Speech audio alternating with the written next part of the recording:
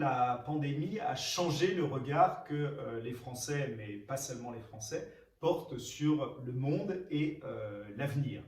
Nous nous sommes rendus compte de notre grande dépendance matérielle pour des choses aussi simples et basiques que des masques, des blouses ou des molécules de médicaments utilisées tous les jours. Donc là, il y a une prise de conscience de la nécessité de relocalisation de certaines activités industrielles. C'est quelque chose qui a qui a été vu dans les dernières décennies comme un peu ringard, mais qui a repris une vraie acuité, car la pandémie a montré que la mondialisation reposait sur des flux physiques qui pouvaient s'arrêter du jour au lendemain. Nos approvisionnements, lorsqu'ils se font en dehors de nos frontières, voire sur d'autres continents, ne sont jamais complètement sûrs. S'ajoutent à cela les tensions récentes avec la guerre en Ukraine et les perspectives liées aux conséquences du changement climatique, aux tensions géopolitiques qui ont l'air de s'accroître à travers le monde.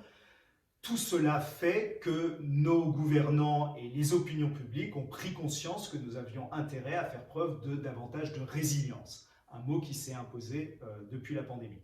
Donc oui, je crois qu'il y a une vraie prise de conscience depuis la pandémie et depuis l'invasion de l'Ukraine pour la nécessité de réduire notre dépendance aux combustibles fossiles.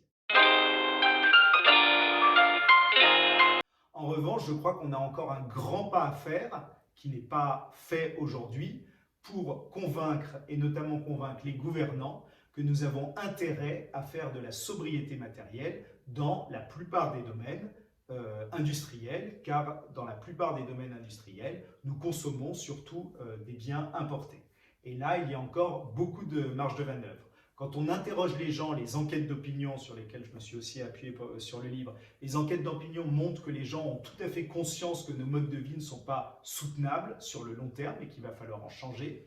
Mais je crois que parmi les dirigeants ou parmi un grand nombre d'économistes ou d'experts, il y a encore cette idée selon laquelle toute réduction de la consommation serait de toute façon négative pour le pays. Et ce que j'essaye de montrer dans ce livre, c'est que ce n'est pas le cas. Tout dépend de quel type de consommation et surtout si on associe la sobriété avec un effort de relocalisation industrielle.